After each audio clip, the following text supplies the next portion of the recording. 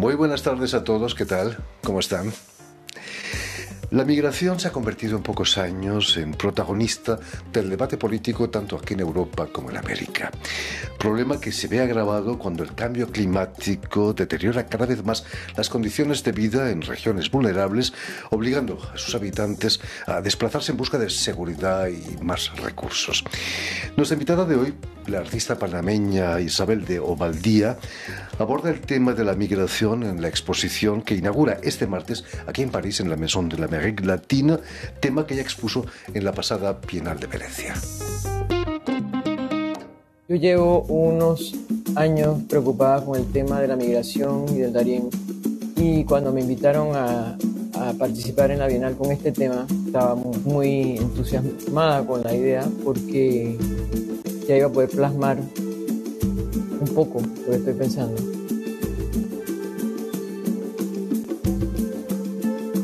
Traté de reproducir con dibujos un poco el ambiente de la selva. Fui a Darién, hice muchos bocetos, tomé fotos. Cuando regresé a mi estudio, hice unos dibujos grandes, de gran formato, porque yo sabía que quería crear como una especie de ambiente, pero crear unos cuartos. También sabía que quería tener unas figuras pequeñas, porque la inmensidad de la selva, para crear ese sentimiento de la inmensidad de la selva. Y también quería jugar con las luces, porque en la selva hay oscuridad y hay cambios de tonos. Muy buenas tardes, Isabel. Isabel de Ovaldía. Bienvenida a Radio Francia Internacional.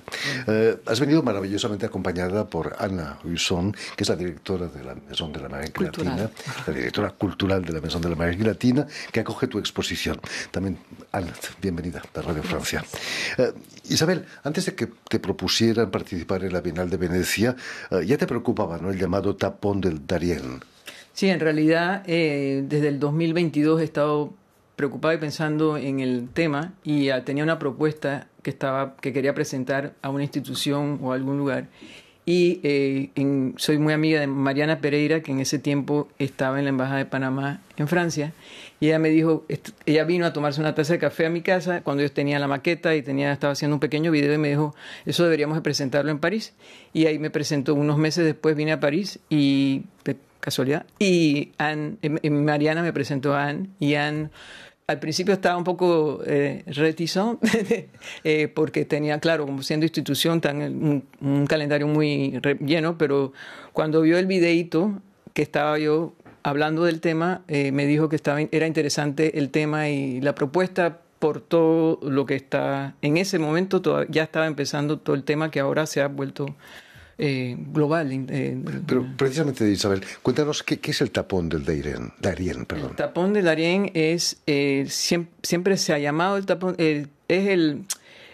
la ruta interamericana que va desde Alaska hasta final de Patagonia, para en la selva del Darién, porque es tan densa, hay montañas, hay mucha vegetación, mucha selva, y no se ha podido, ahí no hay ruta, no tienes que parar tu carro y coger un ferry, no puedes cruzar.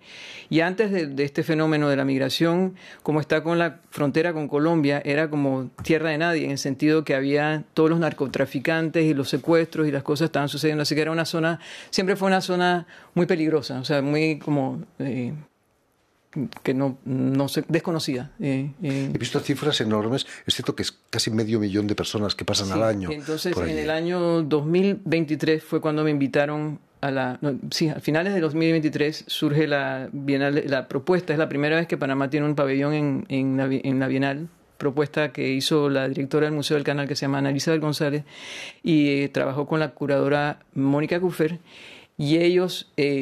Mónica sabía que yo estaba ya con el tema en mente, y me presentaron, fuimos 4 artistas que fuimos a la Bienal, todos con este tema. Y ahí hice una propuesta, fui a Darién, hice bocetos de la selva. Yo me había ya investigado mucho, visto documentales. Yo no soy documentalista. Yo lo que quería era sentir un poco y hacer sentir el pensamiento. Y para mí también es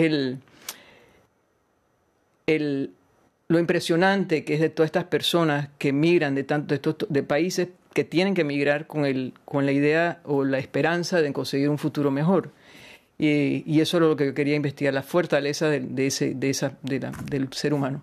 La llegada por segunda vez de Donald Trump a la presidencia de Estados Unidos está invirtiendo quizás el curso de... Lo que sucedió también es que cambió el gobierno en Panamá y el presidente actual que tenemos, él dijo, llegó unos meses antes de Trump, y él dijo que quería cerrar el tapón. En ese momento... se piensa, ¿no? ¿Cómo vas a cerrar una jungla? ¿Cómo vas a poner barreras? Y siguió un poco, pero al llegar Trump 3 meses después, ahí se acabó. Yo regresé este año, porque también, hice lo de la Bienal, el pabellón de la Bienal de Venecia, hice una instalación que se llama Selva, pero para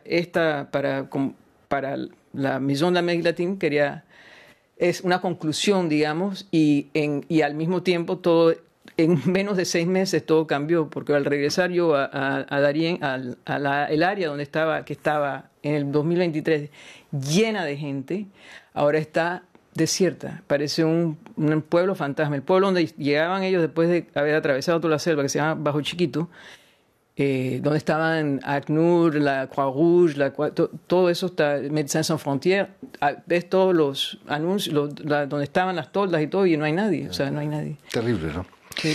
Anne Husson, ¿qué supone para una institución como la Maison de l'Amérique Latine presentar una exposición de Ismael Obaldía en este momento? Bueno, justamente hemos evocado un poco esto. El tema mismo del Darién, de la migración, es completamente globalizado ahora, y cada país y cada continente lo vive y lo transmite de una manera diferente, pero con fondos en común, con el fondo de la cuestión en común. Y es decir que... Claro que los migrantes que pasan por esta parte del mundo entre Colombia y Panamá no son los mismos migrantes que vienen del este de Europa y de África del Norte y todo esto, pero es el mismo drama humano, es la misma desesperación, es la misma conquista para la libertad, para vivir dignamente. Entonces son realmente temas ahora completamente pertinentes para todo el mundo.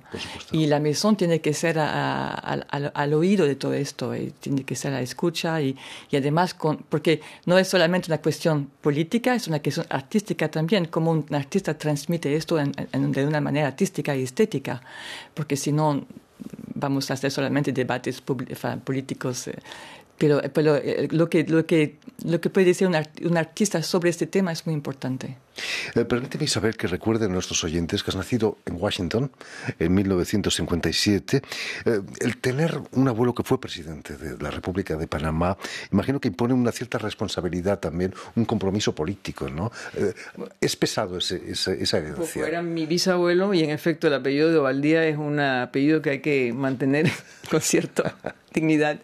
Y mi abuela era poetisa bastante famosa, doña María Olimpia de Obaldía, así es que tenemos un apellido. Y aquí en París teníamos a René de Obaldía, que era mi tío, así que tengo pasado un peso, un poquito, una responsabilidad bastante grande. Tenías 11 años cuando, tras la muerte de tu madre se casó con el artista Guillermo Trujillo. ¿De qué modo ha marcado tu trayectoria el estar en contacto con el arte siempre en tu casa? Totalmente. Mi padre Guillermo me influenció y me formó prácticamente. Tuve la suerte de tenerlo, un hombre, maestro, pintor, pero además tenía una disciplina de trabajo y un sentido de la ética que me lo marcó, del profesionalismo, y también tiene algo que tenía muchas frases que uno se acuerda. Tiene un ojo increíble, o sea, muy crítico, muy bueno, y me habla mucho de que tengo el color, para mí es fácil, pero yo creo que es algo que él tenía un sentido del color tan muy bueno, y yo creo, y es verdad que él decía que uno tenía una cosa que no sé si es exactamente verdad, pero yo creo que sí, que uno, para ser músico, tu familia, tienes que tener oído. Para ser artista plástico, si quieres aprender a dibujar, dibuja todos los días. Si quieres, entonces el color, por ejemplo, es algo que uno, si está acostumbrado a ver buena armonía de color, como que se lo tienes innato, y eso es algo que siento que... Hay que educar el ojo, ¿no? Hay que educar el ojo, exactamente. El ojo que a veces piensa, ¿no? Practicar el ojo y la mano. Por supuesto que sí. El que tu madre fuera francesa también influyó en tu manera de vivir. Después de estudiar Bellas Artes en Panamá, te vas a París, a la Escuela de Bellas Artes de París, ¿no? Imagino que fue un sueño para una joven artista como tú venir a París. En realidad vine justo antes de la universidad, vine aquí, estudié en Bellas Artes de París, pero estaba como élève libre, así que iba a la École des Beaux-Arts, dibujaba, y iba a todos los museos y todas las galerías y todo, así que fue escuela, sí, ¿no? escuela. Hice la escuela más o menos de esa de educar el ojo, y después cuando me gradué de la universidad yo pensé, muchas amistades mías artistas se iban a Nueva York, y no, yo voy a ir a París vine a trabajar aquí un año. ¿Qué recuerdos te quedan de esos años aquí en París? Eras muy joven. Estaba muy joven. Algo, me gusta mucho París, me gustan mucho los museos, pero debo admitir que, y eso que era hace muchos años, ahora el hecho de el metro, la cantidad de gente, para mí fue pesado. Yo salía del trabajo y me iba a meter en los cines, en el cine, que también es otra cosa que es tanto cine, pero me di cuenta que Panamá, el calor, las playas, todo eso y quería hacer cine latinoamericano. El clima es envidiable, el clima caribeño. Es muy buena videasta. Sí, ahora he regresado un poco a eso. Precisamente hablando de vídeos, llegaste a producir un documental, se llama Por Panamá la vida, denunciando la dictadura de Noriega, ¿no?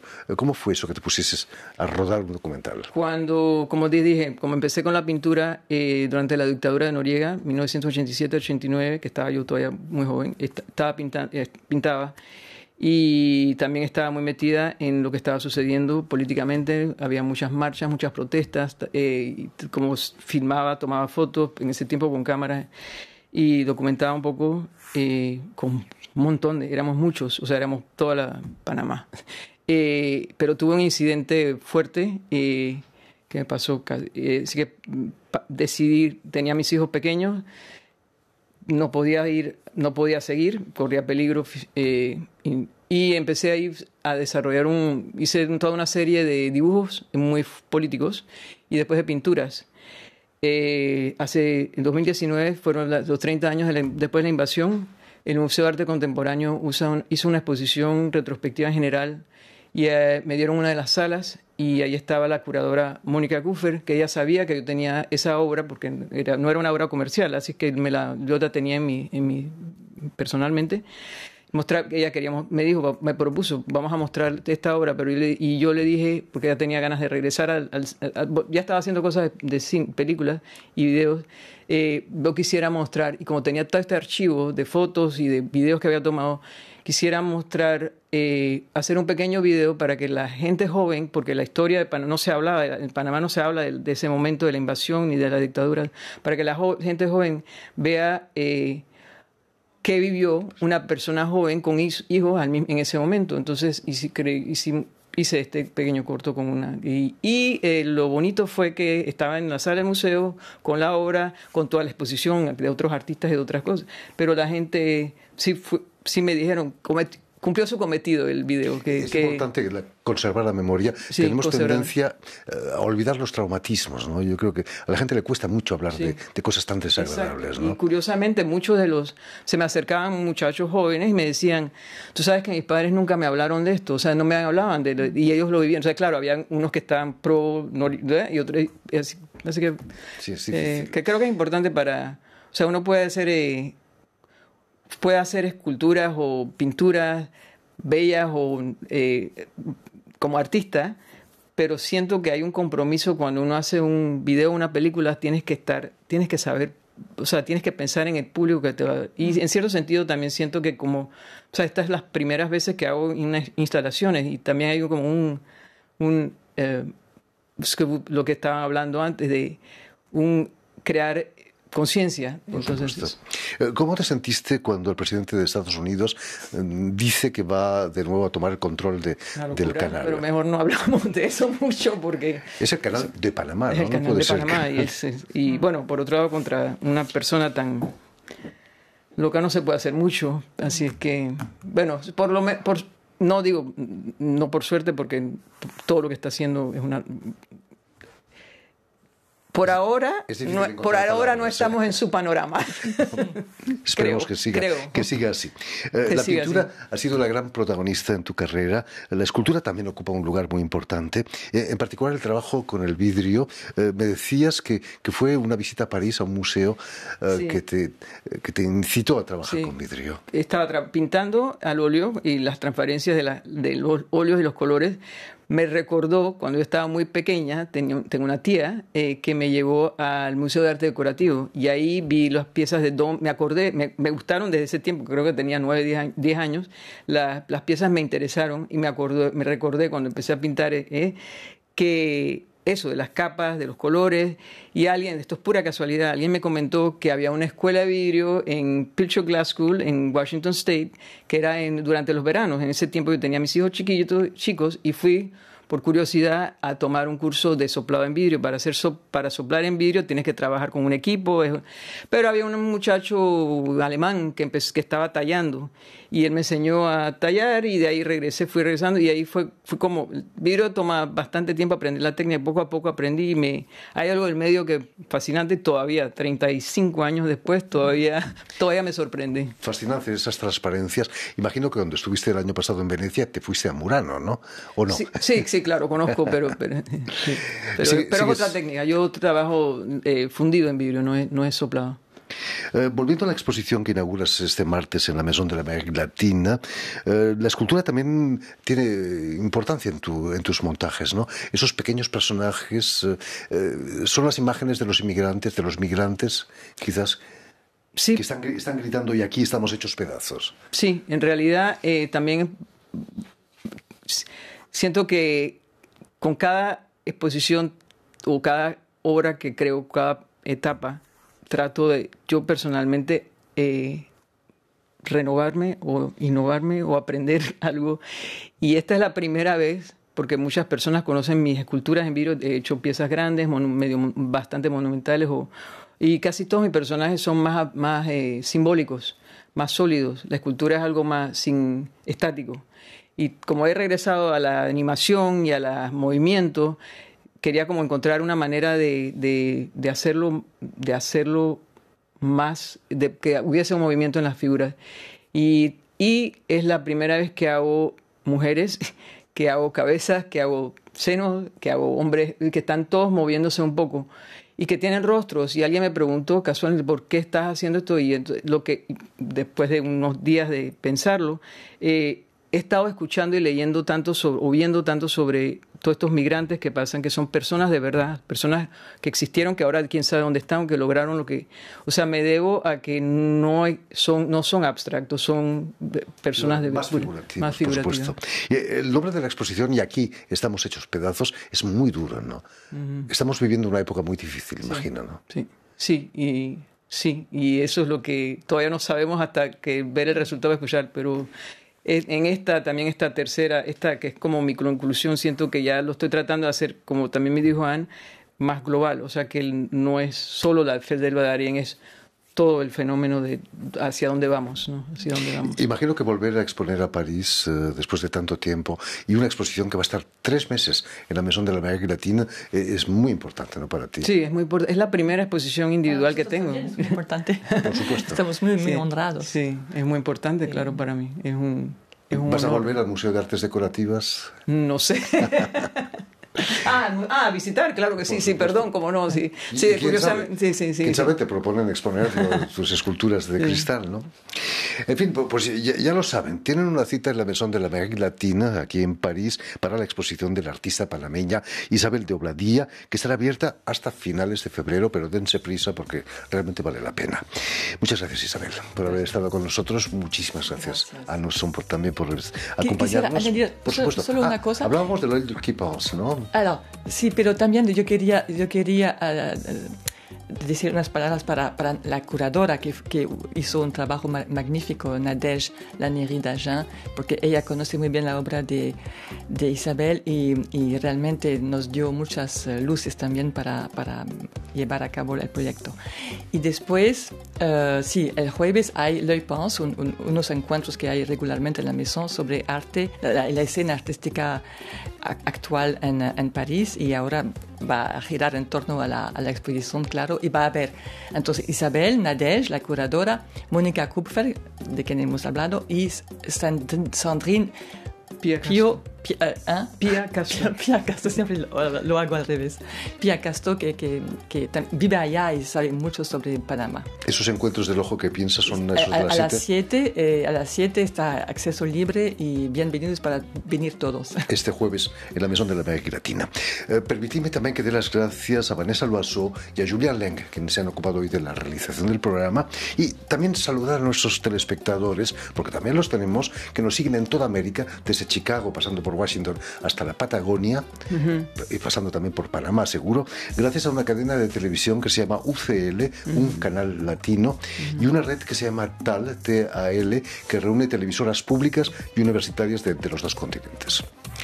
Y a ustedes, muchísimas gracias por su atención y les damos cita para una nueva edición de El Invitado de Radio Francia Internacional.